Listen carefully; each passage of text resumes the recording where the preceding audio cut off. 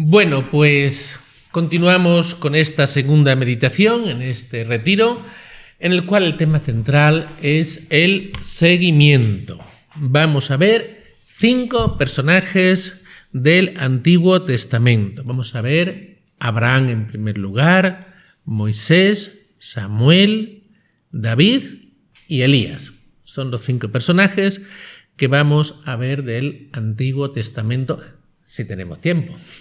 Si no, lo mismo dejamos algunos sin hablar de él. Bien, vamos con el primero de ellos. Abraham, el nómada confiado. Así he titulado este breve apartado sobre Abraham. Es el primer gran personaje que tenemos en la Biblia, Abraham. Si queremos conocer toda la historia de Abraham, podemos leer en el libro del Génesis, capítulo 12, versículo 1, hasta el 23, capítulo 20. Y ahí vemos toda la historia de este gran patriarca. Abraham, esto es impresionante, vive en el año 1900 a.C. Nos damos cuenta que la Iglesia tiene una historia de 2000 y pico de años y que prácticamente ese fue el mismo tiempo que duró toda la historia del pueblo de Israel en el Antiguo Testamento. Impresionante, ¿eh? La historia que hay detrás antes de venir Jesús a este mundo. Todos esos años se dedicó el Señor a ir preparando al pueblo de Israel para recibir al Mesías.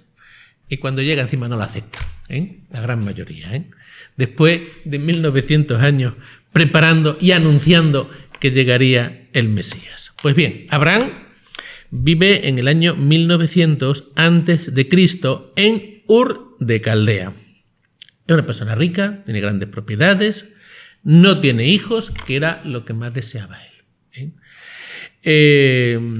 Abraham es de suponer que amaría muchísimo a Dios, le pediría un hijo, pero el Señor, aquí viene lo curioso, le hace una propuesta. Sal de tu tierra, de entre tus parientes y de la casa de tu padre. Nos damos cuenta que el Señor siempre nos desprende de nuestras seguridades para que no estemos apegados a esas seguridades y para que pongamos nuestra confianza en Él. Él necesita un hijo y el Señor lo primero que le dice: deja tu casa, tus parientes, tu tierra, sal de ahí. Y le pide que deje sus seguridades y también su identidad, porque él lo tenía todo allí en su pueblo, en su tierra. Esto muchas veces nos cuesta muchísimo, aunque seamos de un pueblo pequeñito, pero ahí soy alguien. Soy el hijo de tal, me conocen de tal manera, voy a otro sitio, a otro pueblo donde no me conocen, soy una persona anónima. Yo he visto personas que han salido de sus pueblos y no se han adaptado. Han tenido que volver, son pueblos muy pequeñitos, pero allí tienen su identidad. Y Abraham renuncia a todo eso. Él confía en Dios. Pone su futuro, lo pone en manos de Dios. Pero, aunque Dios le pide, ¿qué le promete Dios? Haré de ti un gran pueblo. Le pide que sí, que salga, que deje su tierra, todo eso. Pero ya le promete: haré de ti un gran pueblo. Y se lo promete a una persona que no tiene hijos. Abraham deja su tierra, su casa, sus padres, para encontrar otra tierra y otra familia mucho más amplia. Dios llama a Abraham a salir de su pequeño nido, de su zona de confort. ¿Pero para qué? Para abrirse a la universalidad, para tener un corazón universal. Después será el padre de todos los judíos. ¿Con qué ilusión con qué conciencia de sentirse orgullosos, decían los judíos, nosotros somos hijos de Abraham. La persona que no podía tener hijos después va a ser el padre de todos los creyentes que creen en Abraham, hasta los musulmanes, los judíos, los católicos, todos creemos en Abraham, el padre de todos los creyentes. Y el seguimiento de Cristo tiene como consecuencia esa universalidad. Y esto nos cuesta mucho. Ahora vamos a hablar de Malpartida. Me decía otro día una persona, no sé, ahora ya un tiempo, que se ha organizado en el pueblo una excursión a Fátima. Claro, hay gente que va por primera vez y dice, bueno, pues yo voy a un lugar religioso y te vas esperando pues un comportamiento acorde al sitio a donde vas. Me dice, viene decepcionado. No por la Virgen, por supuesto, pero sí por el comportamiento de las personas que iban. Dice, porque fuimos a Fátima y cuando llegaba el momento de la comida y tú ibas pues a comer con uno, no, esto ya está ocupado, me voy a otra mesa, no, esto está ocupado, no, esto está ocupado. Qué poco sentido. Esto pasa mucho en los viajes, yo que organizo muchos viajes, esto lo estoy viendo constantemente. Pero en un lugar que es una peregrinación, que vas a un lugar religioso y estás rechazando a esa persona, que a lo mejor va solo o va con otra persona nada más, y es rechazado por todo. No, esto está ocupado. Nos cuesta mucho ese sentido universal, que si no lo vivimos en las cosas pequeñitas, difícilmente lo vamos a vivir después en las cosas grandes, ¿no?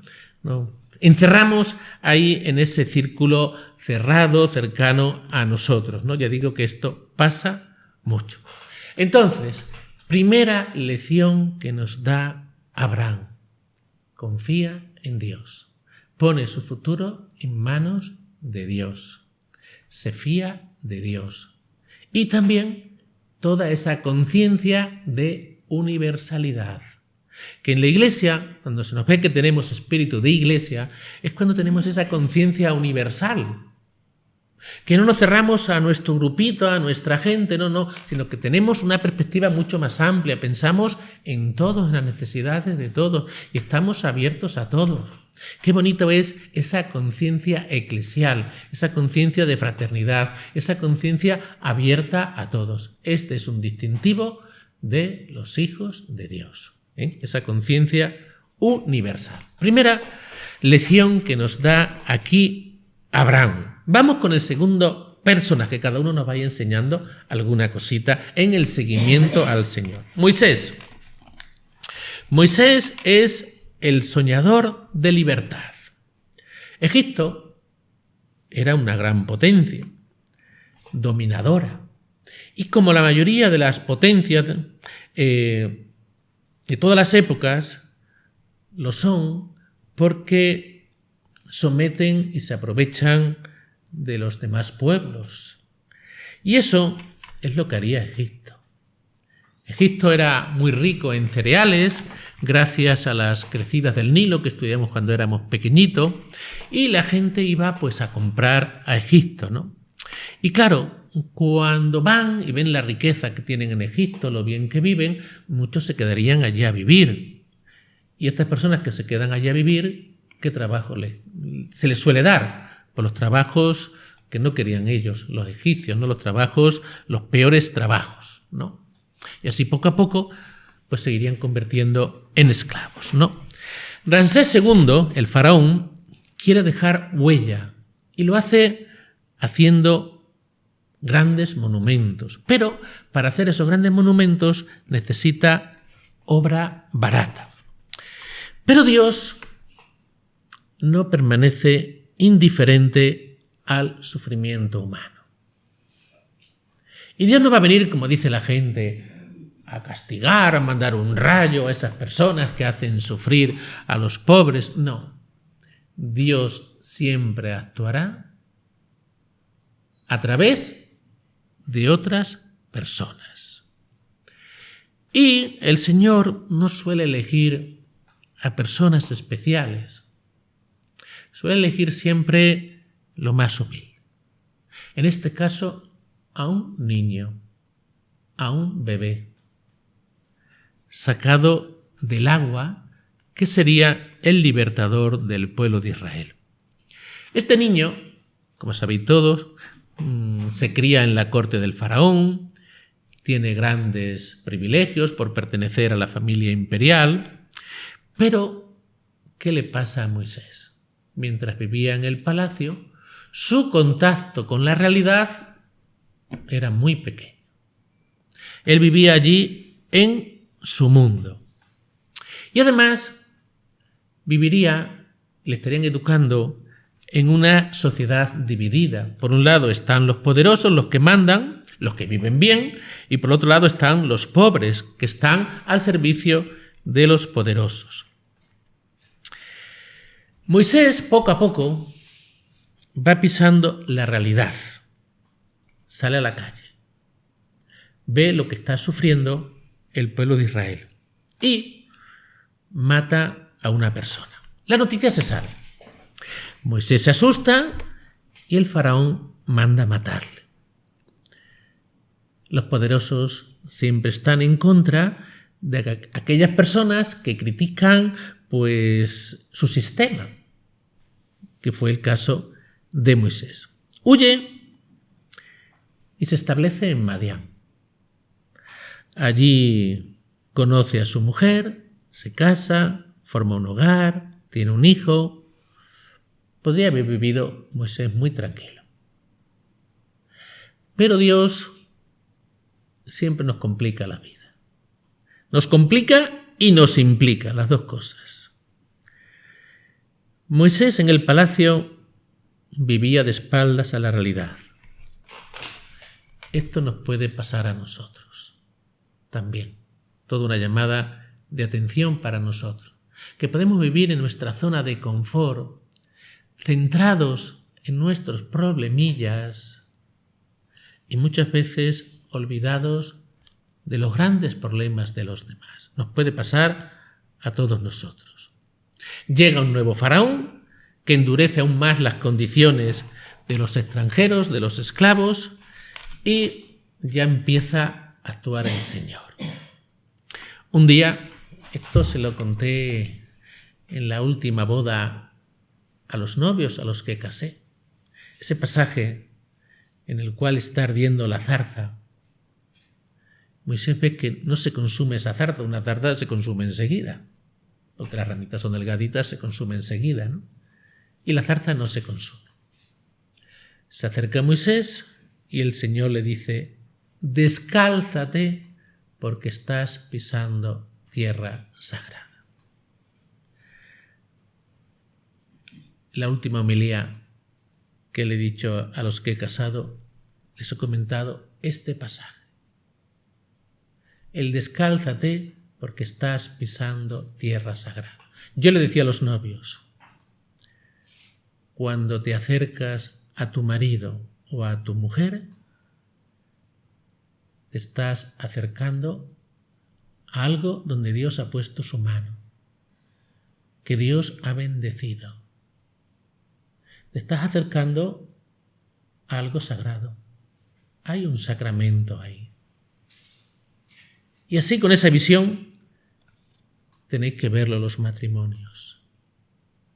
Descálzate porque estás pisando tierra sagrada. Y en un matrimonio también estáis pisando tierra sagrada. Ya no solamente una cosa vuestra, sino que Dios está por medio. Todo matrimonio también es una obra de Dios. Y con esa conciencia tenéis, no digo tenemos porque no es mi caso, ¿no? Tenéis que acercaros al sacramento del matrimonio. Como yo, con esa conciencia, me tengo que acercar también a mi sacerdocio. ¿Por qué? Porque hay un sacramento de por medio en el matrimonio y también en mi sacerdocio. Bien, el Señor ve la opresión de su pueblo y le dice a Moisés: he visto la opresión de mi pueblo en Egipto, he oído sus quejas, Me he fijado en sus sufrimientos. Yo te envío. Yo te envío. Dios le pide a Moisés colaboración. Dios nunca va a actuar por su cuenta, que es lo que pide hoy día la gente. No. Dios siempre va a actuar a través de personas sencillas, personas que confían en Él. Pero, y esto es muy bonito, Dios también confía en nosotros. Hasta el punto de que Dios deja la responsabilidad del mundo en nuestras manos. Y para eso el Señor tiene que confiar mucho en nosotros. Nosotros tendemos a descargar nuestras responsabilidades en los demás. Es que este gobierno, es que la sociedad, es que los políticos. Y nos autoconvencemos de que eso no es tarea nuestra. Una cosa que tenemos que tener siempre muy presentes es que somos pequeños, pero no inútiles. Somos pequeños, pero no inútiles. Podemos hacer muchísimo. Todo en el mundo se compone de pequeñas cosas. Un grano no hace granero, pero ayuda a su compañero. Y al final un granero es una composición de muchos granos. Si cada uno vamos sumando un poquito. Esto también lo dije en la boda.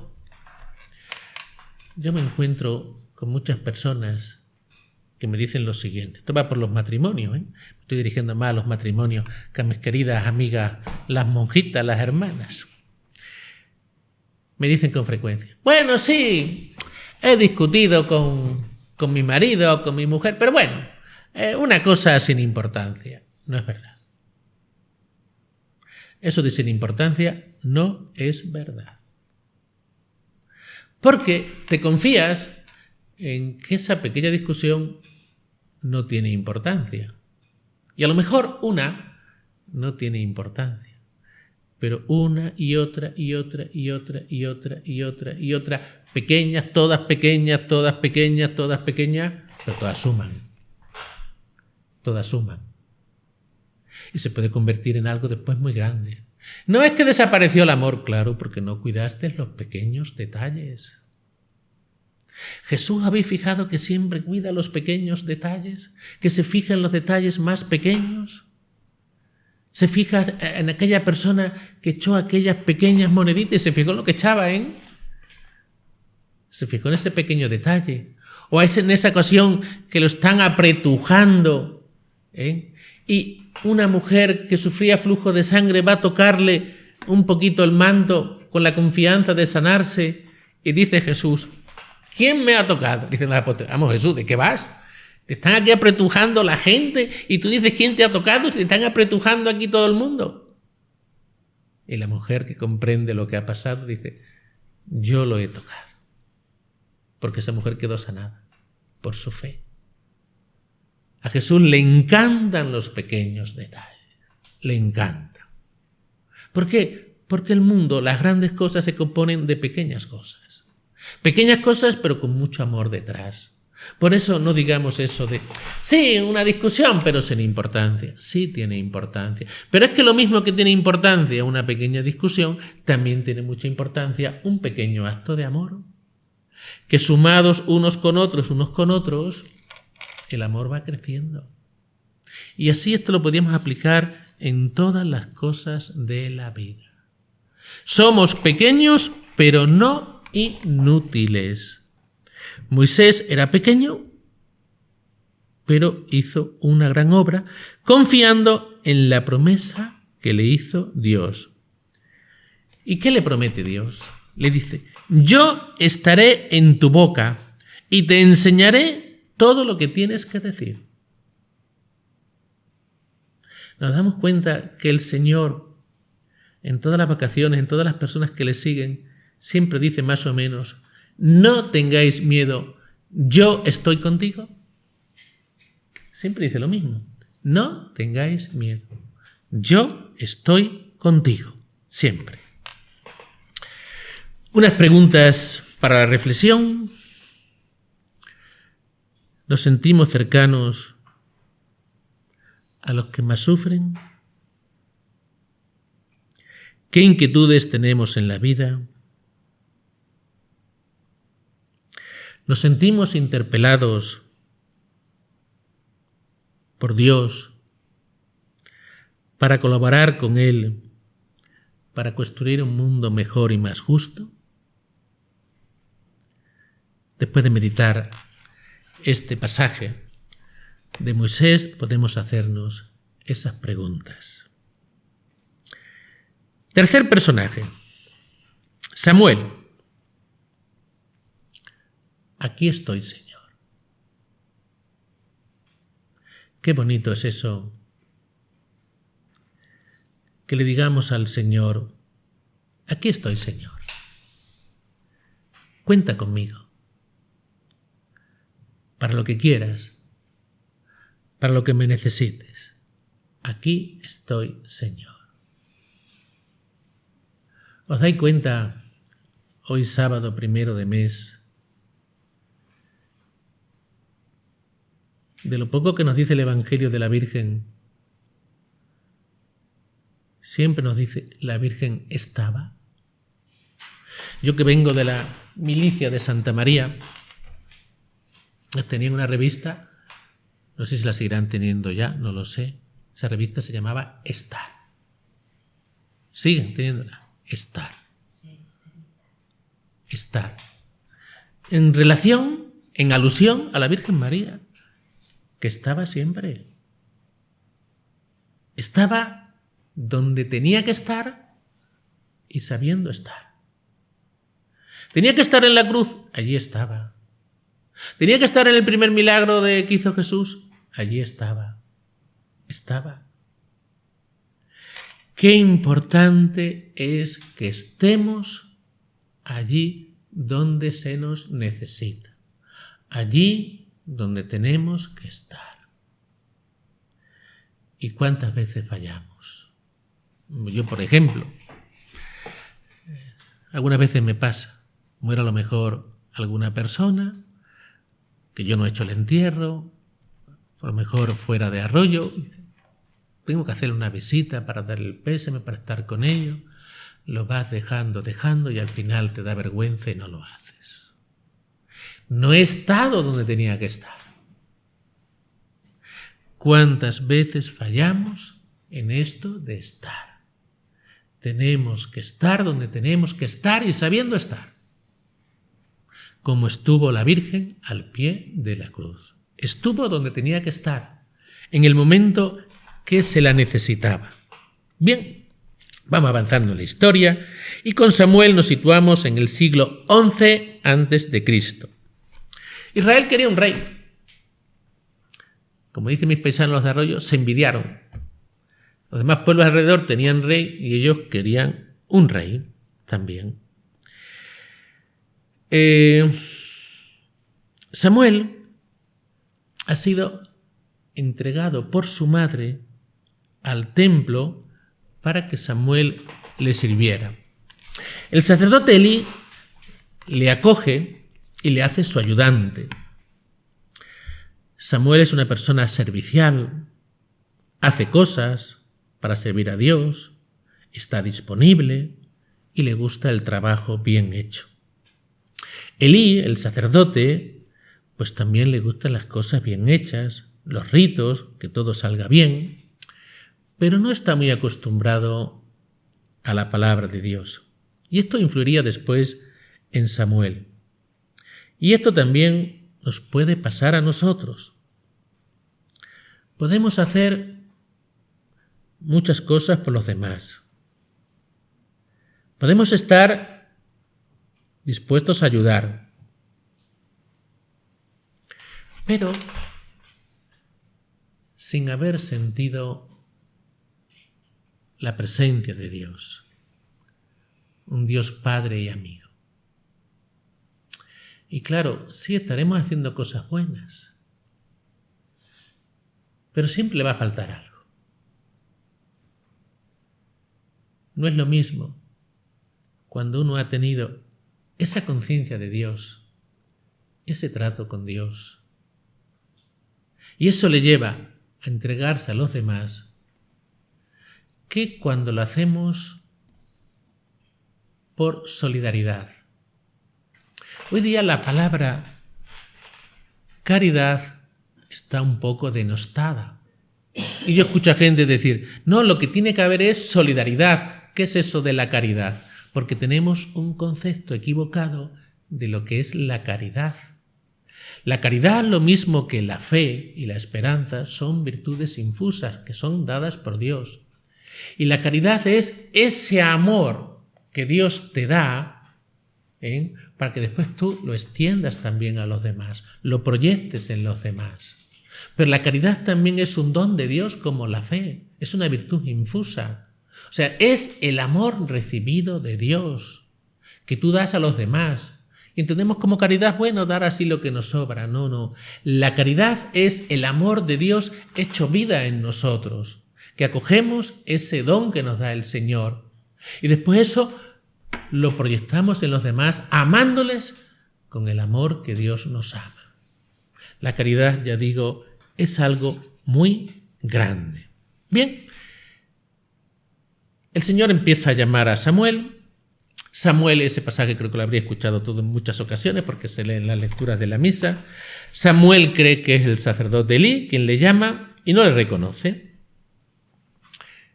Samuel servía en el templo, pero no conocía a Dios todavía. También esto lo podemos aplicar a nuestras vidas. Nosotros podemos pasar muchos años en la iglesia, en grupos, yendo a misa, teniendo reuniones, ratos de oración, pero nos puede pasar que no conozcamos profundamente a Dios. Estamos en grupos, en la iglesia, en misa, pero tenemos el peligro de no conocer a Dios. Porque no hemos entrado en esa intimidad, en esa relación personal con Él. No digo que pase, pero que nos puede pasar. Yo me sorprende gente un poco ya mayor, bastante mayor, que han estado toda la vida en la iglesia, misa diaria, y les ocurre, a lo mejor, qué sé yo, el fallecimiento de un familiar, alguna cosa así, y te dicen, ¿y cómo me ha hecho a mí el Señor esto? Con lo bien que yo me porto con Él y me hace estas cosas. Ahí vemos que no, que ha estado toda la vida en la iglesia, pero no has entrado en esa comunión con Dios. O presentan un cristianismo que es una carga. Toda la vida ha estado en la iglesia, pero lo han visto como una carga. Cuento mucho una anécdota que me pasó. Esto le hacía mucha gracia al cura que estaba antes en Broza, ¿no? Llegó un día, él lo contaba con mucha gracia. Me lo escuchó una vez en una homilía y lo contaba con mucha gracia. Llegó un día, voy a celebrar la misa un domingo, y me encuentro con una persona que está paseando alrededor de la iglesia, una mañana de primavera, un sol buenísimo, paseando él allí. Hombre, fulanito, ¿qué tal? Bien. ¿Viene usted a misa? Me dice, no. ¿Cómo que no viene a misa? No, porque me ha dicho el párroco que ya estoy dispensado. Aquí, según ese criterio del párroco, de las hermanas se salva una, Todas las demás estarían dispensadas, Todas las demás. No, que tengo ya tal edad, y me ha dicho que estoy ya dispensado. Me dio una pena. En primer lugar, perdón porque era mi compañero ya fallecido, por el sacerdote que da ese consejo. Está dispensado a una persona que está físicamente completamente bien, paseando alrededor de la iglesia, y él, que había ido toda la vida a misa, toda la vida, y cuando ve ya la oportunidad, porque le han dicho que está dispensado, ya no voy. ¿Por qué no va? Se ha ido toda la vida. Porque le han dicho que está dispensado. ¿Cómo ha visto esta persona toda su vida, su fe y su relación con Dios? Como una carga. Ahora que estoy dispensado, pues ya no voy. Es que si yo me aplicara ese criterio a mi vida, yo no iba nunca a la residencia de mayores a celebrarle misa. Ni vuestro párroco, que sé que va mucho a la residencia de mayores. Bueno, y el de aquí también de Brozas también va. Y en Nava no sé si hay residencia, sí, o piso tutelado. No hay, ¿no? Aquí no hay. ¿Pero por qué? Porque son mayores. ¿Qué es? ¿Ya no vas a ir a celebrarles la misa? Porque sean mayores, que yo diría que es el momento, no quiero desanimar a los mayores, ¿no? Pero quizá uno de los momentos que más nos tenemos que ir acercando al Señor, ¿no? Para prepararnos para ese encuentro con Él. Con esto no estoy diciendo que vayamos a ir mañana mismo, ¿no? Pero yo así lo entiendo. No es que estoy dispensado. ¡Hala! ¿Y ya te apartas de Dios para todo lo que te queda de tu vida? Ni entiendo la postura del sacerdote, ni entiendo, por supuesto, la postura de esta persona. Pero sobre todo es lo que hay detrás, el mensaje que hay detrás, que es que has visto toda tu vida tu relación con Dios como una carga. Y lo malo de eso es que así lo hemos transmitido. Y yo creo que esto se ha transmitido muchísimo. Las generaciones de muchas personas mayores sí han sido muy fieles, yendo a misa y todo eso, ¿no? Y confesándose y todo eso. Pero yo percibo que han transmitido la fe como una carga. Y claro, si transmitimos así nuestra vivencia de la fe, ¿quién va a seguir? Y no es eso. Es una felicidad, un don, una alegría, una suerte seguir al Señor. Pero esto es cuando vivimos nuestra fe no como siervos. El que la vive como una carga la vive como siervo. Ahora, el que la vive como hijo, el hijo es el que disfruta de las cosas de Dios. Cuando yo en mi parroquia veo gente que seguía está mirando la hora en la misa, en todas las cosas, que va a los mínimos, a lo que está mandado, a los mínimos para no pecar, malo. Porque es un signo de que estás viviendo tu fe como una carga. Y que no estás disfrutando con las cosas de Dios. El Hijo es el que disfruta con el Padre. Y yo creo que esto nos ha pasado muchísimo. Son cosas que, ya digo, tenemos que tener muy en cuenta. Samuel crecía y el Señor estaba con él. Samuel pasa de ser un buen chico, servicial, bueno, a ser un profeta. Aquí también esto nos puede servir de lección para nuestras vidas. Sí, mi hijo que sea bueno, pero ya que sea santo, ya que se complique la vida, eso ya no lo queremos, eso ya no nos gusta. Samuel pasa de ser un chico bueno y servicial a ser un profeta. Y la palabra de Samuel se escuchaba, dice la Biblia, en todo Israel. Samuel deja de ser un niño que hace cosas y se convierte en un adulto que vive de la presencia de Dios y como tal anuncia su palabra. Qué importante es escuchar la palabra de Dios. Aquí que tenemos a una postulante, qué importante es que vayas escuchando la palabra de Dios. Aquí, proclamada en la Iglesia, pero también esa palabra de Dios que se manifiesta la voluntad de Dios a través de las personas. Y nada ocurre de golpe. Nuestra vocación es todo un proceso que tiene que ir madurando lentamente. Y tenemos que tener la humildad de que tenemos que ser ayudados por personas. Como Samuel fue ayudado por el sacerdote Elí. Dios te va a poner la persona indicada a vuestro lado. Os voy a hacer una confesión ahora que no la he hecho nunca. Yo probablemente esto no lo diría nunca. Malpartideñas, pero nuestro paisano y querido don Francisco, el obispo, Cuando yo estaba con mis dudas de vocación, que tenemos que pasar todos por ello, sí, no, me querrá el Señor, no me querrá el Señor, ahí con unas dudas. Y don Francisco me dijo, tiene más vocación que un caballo, venga, pa'lante. Yo no sé si me habría atrevido a decirle eso a nadie, ¿no? Pero el Señor te pone la persona indicada, la que necesitas. Y a mí en este momento me puso ahí a don Francisco que me dijo, venga, venga, venga, venga, sin pensártelo 2 veces, venga. Y acertaría. Yo ya digo, dudo que yo le dijera eso a una persona, así con esa rotundidad, ¿no?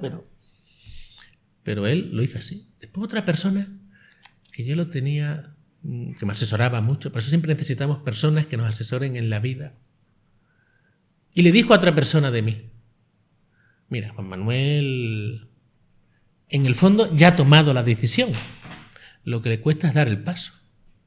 Y yo me quedé pensando, digo, es que va a tener razón. Entonces, uno va atando lo que dijo esta persona, lo que dijo don Francisco, unas cosas y otras, y dice, bueno, es que aquí va estando la mano de Dios. Venga, vamos a liar la manta a la cabeza y para adelante, al seminario. Dios, lo mismo que en Samuel se sirvió del sacerdote Elí, Dios nos pone muchas personas, las personas indicadas, para orientarnos en la vida. Eso sin duda ninguna. Bien, preguntas para reflexionar un poquito. No basta con ser bueno y generoso y servicial. Tenemos que dar también un paso más. ¿Cómo escucho a Dios? ¿Cómo escucho a Dios? En su palabra, en los demás que Él ha puesto a mi lado. Y esto es algo que nos cuesta, El sacerdote Elí ayuda a Samuel. ¿Quién nos ayuda a nosotros? ¿Tenemos dirección espiritual? ¿No la tenemos? Porque claro, muchas veces una persona desde fuera es capaz de ver cosas que tú no ves. Y tener una persona que nos dirija espiritualmente y nos oriente y nos aconseje es muy importante. Sea en una dirección propiamente dicha, o sea en confesión, o sea en algunas charlas ocasionales, pero necesitamos a personas que nos orienten y nos echen una mano y nos dirijan. Y si yo no hubiera tenido eso en la vida, probablemente hoy no estaría aquí, ¿no? Dando este retiro. Pero Dios puso esas personas en mi vida y les hice caso, ¿no? Le hice caso a esas personas, ¿no? Convencido de que la mano de Dios estaba ahí detrás de ellos, ¿no? Dios no te va a hablar directamente, ¿no? Te va a hablar en la oración, te va a hablar a través de personas, y así poco a poco uno va madurando su vocación en el seguimiento al Señor. La gente se piensa que Dios te da un telefonazo. No. Dios te va hablando a través de pequeñas circunstancias, de pequeñas cosas, de la oración, de todo eso, ¿no? Vamos con el segundo personaje. Bueno, el cuarto, perdón. David, tenemos que acabar ya. Yo creo que lo vamos a dejar en David, porque si no después nos vamos a ir muy lejos, ¿no? David.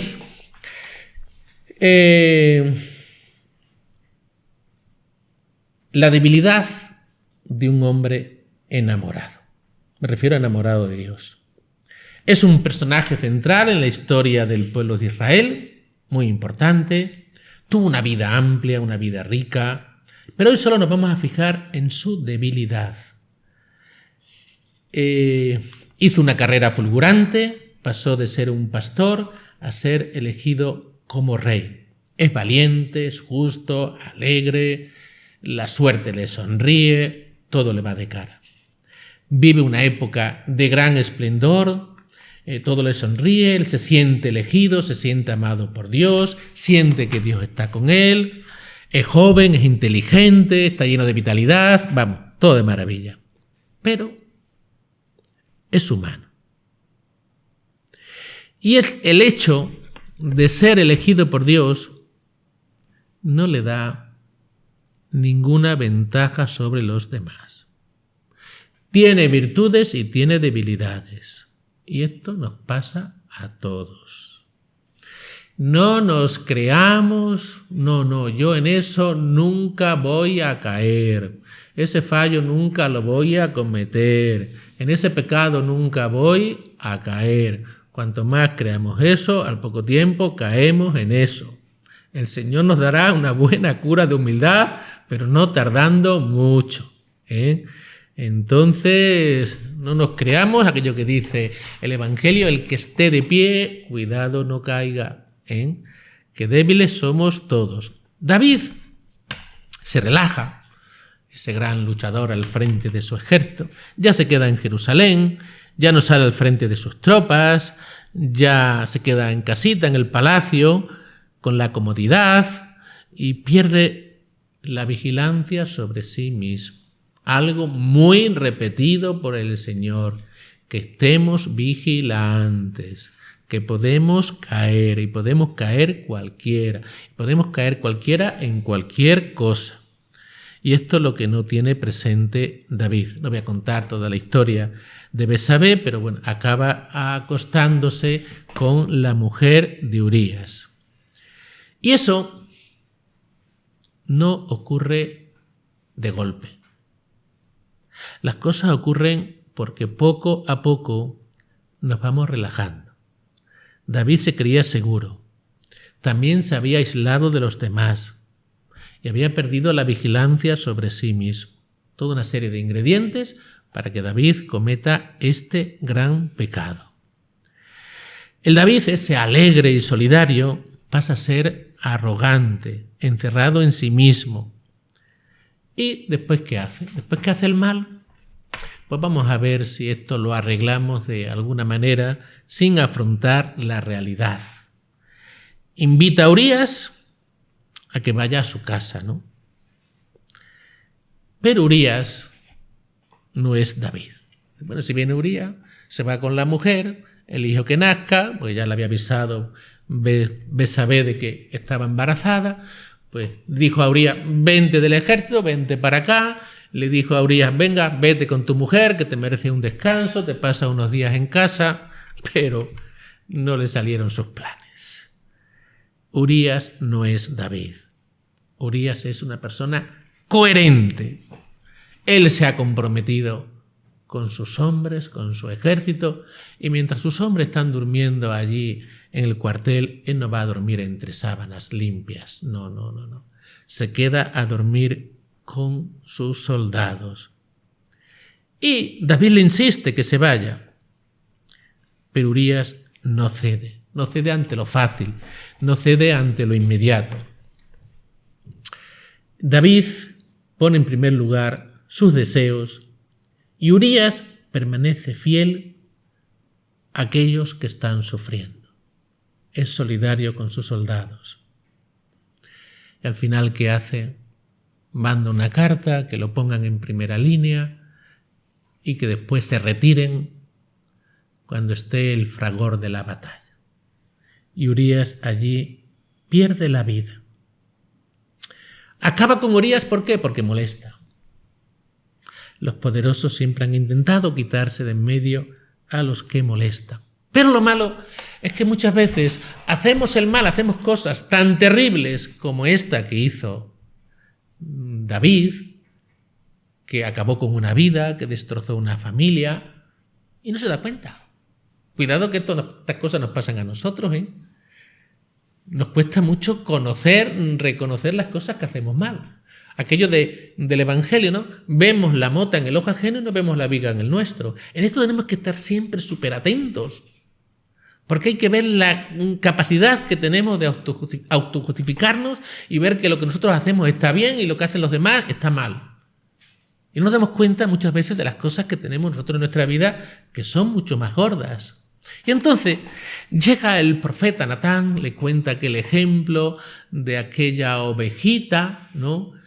Que aquella persona se enamora de una uno que tenía muchas ovejas, se encapricha de una ovejita, que una persona que tenía nada más que una ovejita, y se la quita, ¿no? Y entonces Natán le cuenta esto a David, ¿no? Y David entra en cólera y le dice Natán, ese eres tú, que que podías tener todas las mujeres que hubieras querido, se las has quitado a Urías. Ese eres tú. Y encima lo has matado. Y David llora mucho este pecado. Él se arrepiente muchísimo de esto. Ese hombre eres tú, le dice Natán. Aquí tenemos que estar abiertos a que el Señor nos diga en más de una ocasión, ese eres tú, el que ha hecho esto o aquello mal. Natán es de gran ayuda. Tenemos que plantearnos también eso. ¿Quién, lo que he dicho antes, quién nos ayuda a nosotros? ¿Quién nos ayuda a cada uno de nosotros a ir leyendo nuestra vida? Porque muchas veces nosotros no sabemos leer nuestra vida. No sabemos interpretar nuestra vida. Si a David no hubiera tenido la suerte de tener a Natán, probablemente nunca se hubiera dado cuenta de su pecado. Gracias a Natán, David se da cuenta de su pecado, del error de su vida. Y David se corrige y llorará su pecado, pero ya está en el buen camino. Lo reconocerá con humildad. Por eso, otra lección importante que podemos sacar del ejemplo de David, lo importante que son las personas que Dios pone a nuestro lado. Si David no hubiera tenido a Natán, no se habría dado cuenta. Estemos abiertos siempre a esas personas que Dios ha puesto a nuestro lado. Esas personas que nos quieren, esas personas que nos aman, que nos pueden aconsejar muchas cosas. Son personas que nos ayudan a ver la voluntad de Dios en los acontecimientos de nuestra vida. ¿Quién tenemos a nuestro lado que nos ayude a ir leyendo lo que es nuestra vida? Y lo siento, pero ya de Elías la había titulado Pasión por Dios y por su pueblo. La persona muy enamorada de Dios y de su pueblo. Pero no podemos hablar, vamos a quedarnos un poquito aquí en oración y dentro de casi nada tenemos que tener ya la misa. Además que tengo hoy un día a tope, ¿eh? Tengo después enseguida una boda, después tengo la sabatina, que es una misa que hacemos siempre en la ermita de la Virgen de la Luz, después la misa de la parroquia, o sea que voy a tope. Así que para tener la misa e iros con la misa, la he estado criticando antes, hermanas, allí. ¿Saben lo que he dicho? La he estado criticando. Sí, he estado diciendo, me confieso ahora, he estado diciendo, es que las hermanas os tienen muy mal enseñados, ¿eh? Os tenéis que venir de aquí con todo puesto, cuando se van de aquí. Con su retiro, con su confesión, con su misa, con su todo, ¿eh? Se tienen que ir con todo, ¿eh? Con todo, que después ya no pueden, para ya después ya estar con todo ya servido y hecho, ¿no? No, lo digo en plan bueno, ¿eh? Lo digo en plan bueno. Ojalá y hubiéramos tenido el tiempo para que hubierais ido con todo puesto, ¿eh? Con el retiro, con la confesión, con la misa y con todo, ¿eh? Eso es una casa de espiritualidad, ¿no?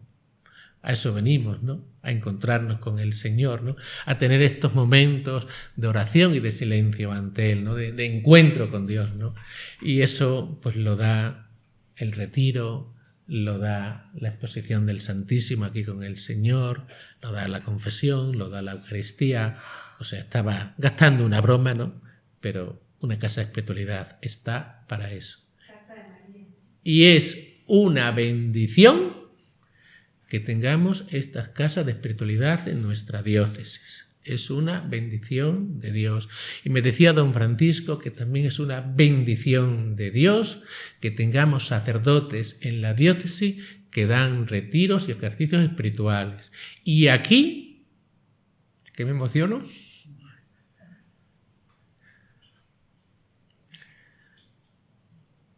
le doy las gracias a Dios porque en nuestra diócesis, pequeña y humilde, hay muchos curas. Y la prueba la tiene esta casa, que tiene una gran variedad de sacerdotes que vienen a dar los retiros. Y no solamente aquí, también en la montaña, que ahí lo lleva el director espiritual Jaime Rubio, y también son muchos los sacerdotes que van. Y eso, para una diócesis, es una bendición muy grande. Las casas de espiritualidad y sacerdotes que den retiros. Gracias, Señor.